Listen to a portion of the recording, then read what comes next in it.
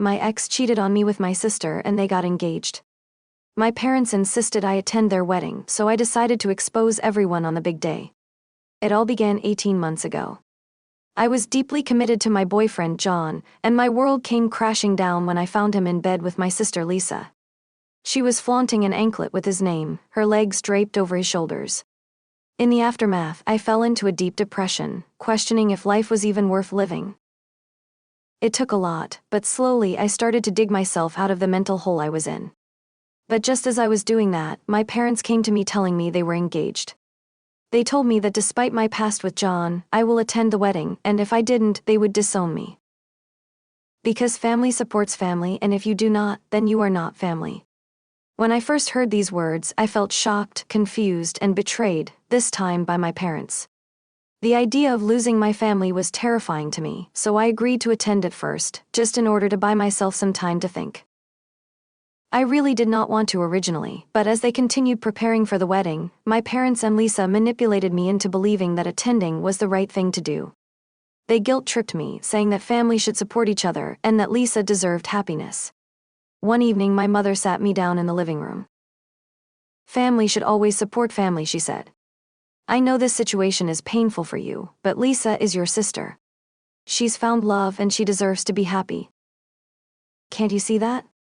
Lisa chimed in and said she never meant to hurt me, and even though it seemed unfair, she needed her little sister there to support her. She told me I was her best friend. Their words weighed heavily on me. They framed the situation in such a way that I began to doubt my own feelings. My mother continued to ask if I didn't attend, what would other people think? I thought for a second and concluded that this was an important event and that they would probably think our family was broken.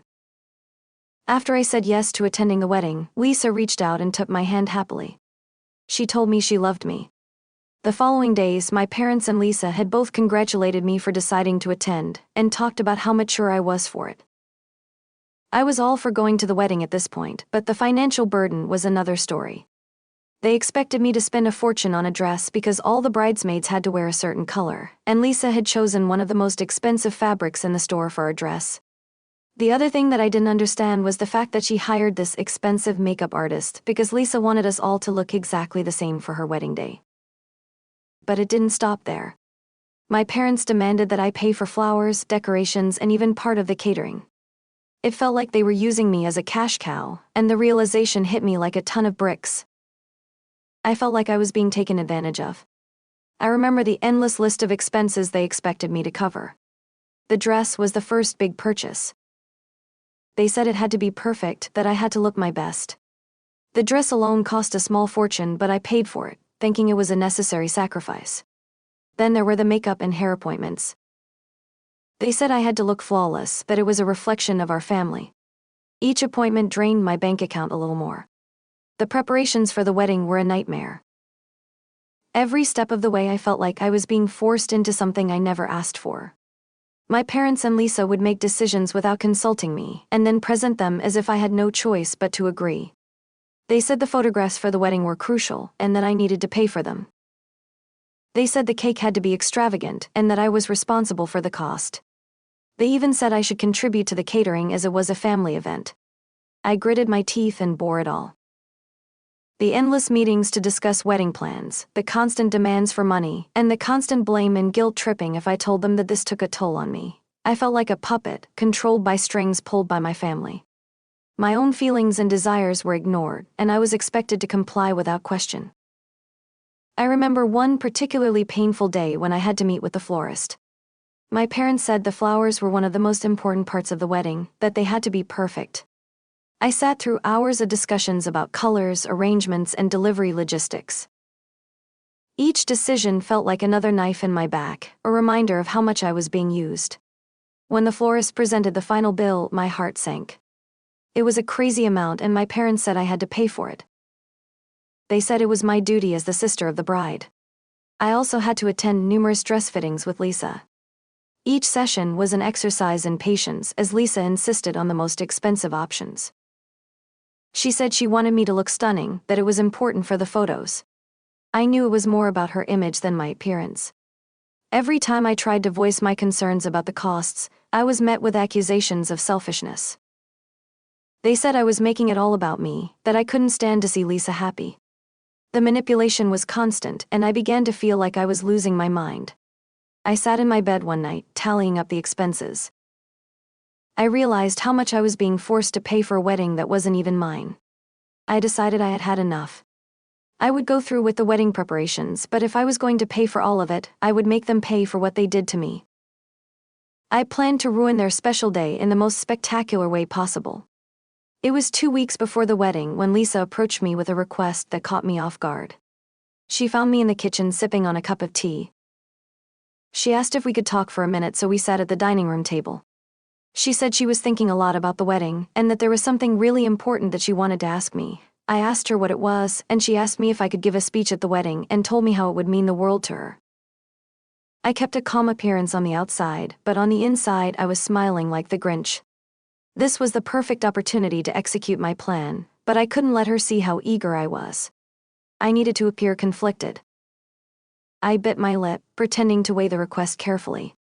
I asked her if she was sure after everything that happened, and she told me that we've moved past that now and that she thinks it's important for our family. I agreed to read a speech for her. After she left the room, I felt like I could run up a mountain.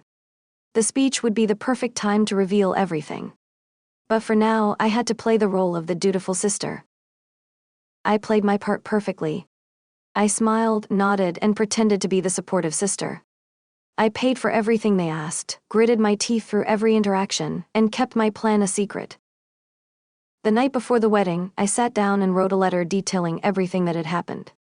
I poured my heart out, explaining how I had been manipulated, how much money I had spent, and how deeply they had hurt me. Writing the letter was cathartic. It was my chance to express all the pain, anger, and betrayal I had felt over the past year. I wrote about how John had cheated on me with Lisa, how my parents had sided with them, and how they had manipulated me into attending the wedding. I detailed every expense, every demand, and every moment of emotional pain they had caused. It was a monster of a letter, and I knew it would create chaos when I read it aloud. It was the day before the wedding. Everyone in the house was zooming around doing last-minute preparations. My parents' home had florists, caterers, and family members running around ensuring everything was ready for the big day, so I wouldn't be in the way. I retreated to the guest room upstairs. I had just settled into a chair when I heard voices coming from the room next door. The door was slightly opened, and I recognized John's voice along with that of his best man. Their conversation drew me in, and I couldn't help but listen. "You know," John said, "I always wanted Lisa from the very beginning. She was the one who caught my eye the moment I met her." The best man sounded surprised. "Really? But you were with her sister. How did that happen?" John laughed softly, a sound that now seemed so sinister to me. "Yeah, I was with her sister at first because Lisa wasn't interested in me back then. Ed. I thought getting close to her family would make her see me differently." There was a pause, filled with the muffled sounds of wedding preparations outside. The best man spoke again. "That sounds pretty messed up, man. So, all this time you were just waiting for a chance with Lisa?" John's voice grew more serious. "Look, I didn't plan for it to happen this way. But when Lisa finally showed some interest, I couldn't resist. It's not like I wanted to hurt anyone." My heart pounded in my chest as I listened to John. He had used me to get closer to my sister, all while pretending to care about me. The betrayal cut even deeper now, knowing that I had been nothing more than a pawn in his game to win Lisa. I stepped back, quietly, not wanting to hear more or give up my location. This was the confirmation I needed for the speech tomorrow. I gathered myself and walked back downstairs to keep myself busy. The day of the wedding arrived with all the hype and extravagance my parents and Lisa had carefully planned. The historic mansion where it was held was decorated with flowers in every imaginable color. The decorations were fancy, and the catering staff moved so rehearsed, like they were performing choreography. I moved through the crowd, greeting guests with a forced smile. My heart was pounding in my chest. The ceremony had gone off without a hitch, and now we were in the reception hall, a grand room filled with elegantly set tables and a large dance floor. As the reception progressed, the time came for the speeches. I watched as the best man, a longtime friend of John's, took the stage. He was confident and charming, and he easily captured the audience's attention. He began his speech with a few light-hearted jokes about John's past escapades. He got a lot of laughter from the crowd. He then shifted to more heartfelt words. He spoke about John's loyalty and kindness. He said John had always been there for him, and he was grateful to see his friend so happy with Lisa. He praised their love and wished them a lifetime of joy and success together. The guests clapped and cheered as the best man finished his speech. John clapped him on the back, clearly moved by his friend's words. The atmosphere was warm and supportive, filled with the love and admiration of their closest friends and family. Then it was my turn. The moment I had been preparing for had arrived. Lisa looked at me with a hopeful smile. She motioned for me to take the stage. My parents nodded encouragingly, clearly expecting me to deliver a speech that would uphold the family's image. I stood up, taking a deep breath to steady myself. As I walked to the front of the room, I felt a rush of adrenaline. This was it. The moment I had been waiting for. I reached for the microphone and glanced around the room, taking in the expectant faces of the guests. I tapped the microphone and it screeched. The feedback filled the room. I felt my hand trembling as I pulled out the letter and began to read. "Hello everyone," I began. "For those who don't know me, I'm Lisa's sister. First, I want to congratulate Lisa and John on their marriage. It's clear that they share a special bond, and today has been a beautiful celebration of their love." There were smiles and nods from the audience. I saw Lisa relax a little, her eyes shining with what she thought was sisterly support. "But," I continued, "there's more to this story that I feel I should share with you all today. You see, the journey to this wedding has been filled with a lot of pain and betrayal, at least for me." The room grew quiet, the smiles fading from the guests' faces. I could see Lisa's expression change. She looked confused and scared about what was about to come out of my mouth next. My parents shifted uncomfortably in their seats, clearly not expecting this turn. I took a deep breath and began to read from the letter I had prepared. "My parents, Lisa and John, have tried their best to keep this a secret, but John and I were together first. He cheated on me with Lisa, and later on I found out directly from him that he just used to get closer to my sister. This wedding has been a disaster. I was manipulated by my parents, by my greedy ex and my wolf in sheep's clothing sister to pay for everything, and I mean that literally. The flowers you see, the cake you see, the caterers here, everything was paid for by me. Against my will, may I add. Lisa and my parents have been nothing but manipulative and remorseless devils in this, taking every chance possible to bleed my pockets dry, to mask my feelings. When I originally told them I wouldn't attend the wedding, my parents said they would disown me. Celebrate this marriage if you want everyone, but just know you're celebrating lies and deceit. What you see today is all fake." There was more, but that was the gist of my speech. The room was deathly silent as I spoke this, each word like a nail in the coffin. The more I talked, the more I could see the shock and disbelief on the faces of the guests, the anger and defensiveness in my parents' eyes, and the horror and guilt in Lisa and John's expressions. By the time I finished, the room had erupted into chaos. Guests were shouting. My parents were the first to react visibly. My father stood up in disbelief. He tried to shout over everyone, saying that everything I had said was a lie. It was a desperate attempt to save face. My mother was in tears, shaking her head and pleading with the guests to ignore what I had just said, and Lisa and John looked utterly devastated.